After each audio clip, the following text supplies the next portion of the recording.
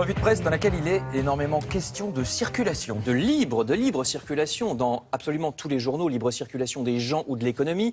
Je commence bien sûr par l'évacuation du bidonville des migrants à Calais. Beaucoup de journaux en font leur couverture. Voyez ici l'Humanité ou Libération.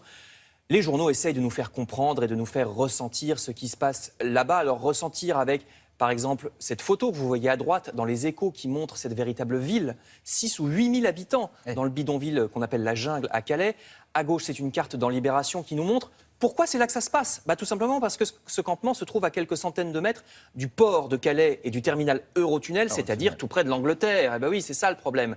Il est donc permis de se demander avec le Figaro si l'évacuation d'aujourd'hui changera quelque chose à la situation, puisque ça fait 20 ans que ça dure. Aujourd'hui, nous allons répartir les migrants dans toute la France et leur donner des conditions d'accueil décentes, c'est très bien. Mais à Calais, il y a déjà eu les émigrés afghans, les Kosovars, les Kurdes, et plusieurs fois les gouvernements ont prétendu régler ce problème. Nicolas Sarkozy en son temps, aujourd'hui le gouvernement actuel. Sauf que l'Angleterre se trouvera toujours au même endroit, évidemment, avec son marché du travail très libéral. Vous savez qu'il est très simple de travailler clandestinement. En Angleterre, il y a peu de contrôle de l'autre côté de la Manche. Et il y a même surtout la langue, parce qu'ils sont l'anglais, c'est plus simple. Et puis, il n'y a même pas de papier d'identité. Vous ne pouvez pas demander vos papiers en Angleterre. Donc, c'est très pratique quand on est clandestin et qu'on veut travailler.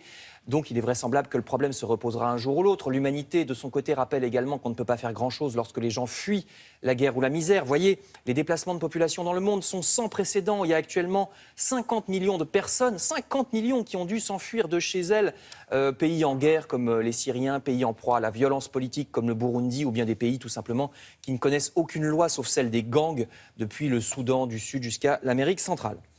Une autre histoire de libre circulation, mais sur un autre sujet, puisque cette fois il s'agit d'économie. Je vous le disais, vous savez sûrement qu'on est en train d'essayer en ce moment de conclure un accord commercial entre l'Europe et le Canada, l'accord CETA.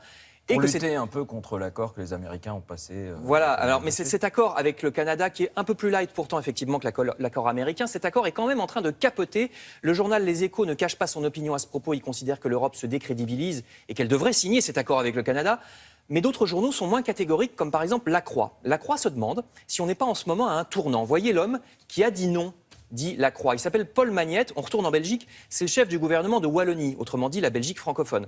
On ne peut pas dire qu'il soit eurosceptique, c'est pas du tout un europhobe. Il est docteur en sciences politiques et ancien dirigeant de l'Institut d'études européennes à la fac de Bruxelles. Oui, donc il est totalement européiste, mais il assume, oui, mon gouvernement de Wallonie bloque ce traité de libre-échange avec le Canada. Il le reconnaît, il assume, c'est une position philosophique, dit-il. Oui, il veut se démarquer, il veut affirmer une véritable identité socialiste, c'est un socialiste.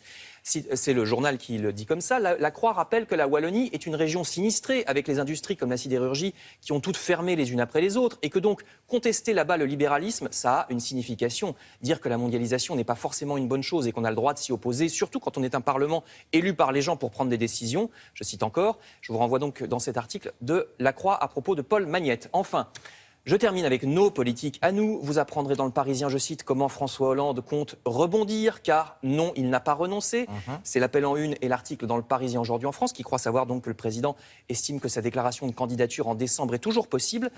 De leur côté, La Croix ou l'Humanité pensent au contraire que Manuel Valls se prépare et même qu'il se recentre. Vous savez, il recentre avec un discours plus à gauche que d'habitude, qu'à son habitude en tout cas, pour rassembler le Parti socialiste autour de lui. Alors attendez, il se recentre, mais il est plus à gauche, là ça va être compliqué. Il se recentre par rapport au PS, c'est-à-dire qu'il est à la droite du PS habituellement, donc il gauchit un peu son discours, ce qu'il recentre du point de vue du PS, évidemment, vous faites bien de me le faire préciser. Mais attention, dans Libération, attention à cette sentence de Ségolène Royal, la ministre déclare « En fait, nous cherchons quelqu'un pour se sacrifier ».